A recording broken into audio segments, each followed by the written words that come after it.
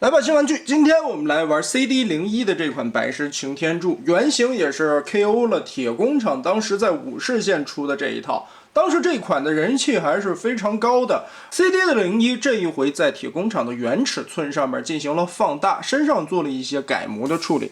首先我们来看狮子的形态啊，身上的金色涂装铠甲效果做的还不错吧，两把武士刀也可以背在身上，而且头上做了类似于像伊达正宗头盔的那个样式，嘴巴这里可以张开。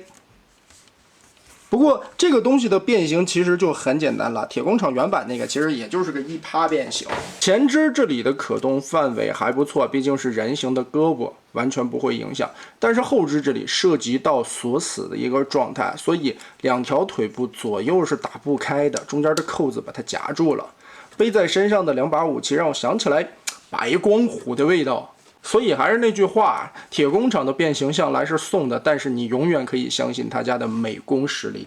所以这一款在 KO 的第4方究竟多受欢迎？好像还有另外的一家也要翻这个狮子，但是美型方面也是参照了 PE 的那个进行修改。配件上边好像还新做了个披风是什么的？我们把脚趾头这里掰开，脚踝转正。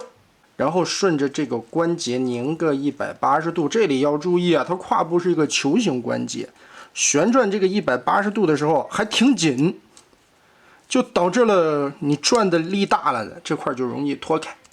裙甲这里之前包在前肢上，我们把腰部弯下来，稍微的挪开胳膊的位置，让这一块翻转一下，卡在大腿的两侧。狮子头打开，撩出来这几片装甲，左右进行一个轴的扭动。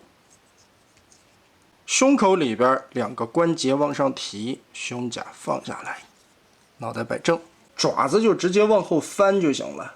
屁股甲这一块变形的关节缩起来，最后把这里归位。尾巴这边是耷拉着，另外的一边把这狮子头扭正了。上边的这一片装甲进行一个反 Z 字盖在头顶。好的，简单整理一下，这一款人形就变完了。两把大刀还是非常粗壮的，卡在裙甲上边，其实放在这里有点影响胳膊的一个往下收放的姿势。两个刀匣是一样长的，但拔出来以后是一长一短两把刀。CD 版进行了一些放大，到头顶的距离差不多也将近12公分了。到肩膀最高原在14公分左右。在铁工厂原版更换手型的时候啊，它是要把整个的手腕连同狮爪子一起揪下来的。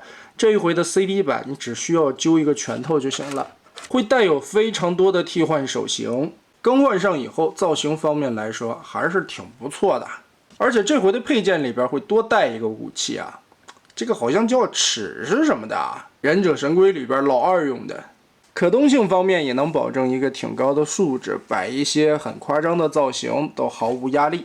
但头雕方面对比原版的铁工厂好像有一些修改，所以它在细节方面和原版还是有一些不同的。总的来说还是突出的一个性价比吧，这玩意儿还是挺便宜的。那么得嘞，这一套 CD01的白狮擎天柱放大版铁工厂武士狮就是这样了。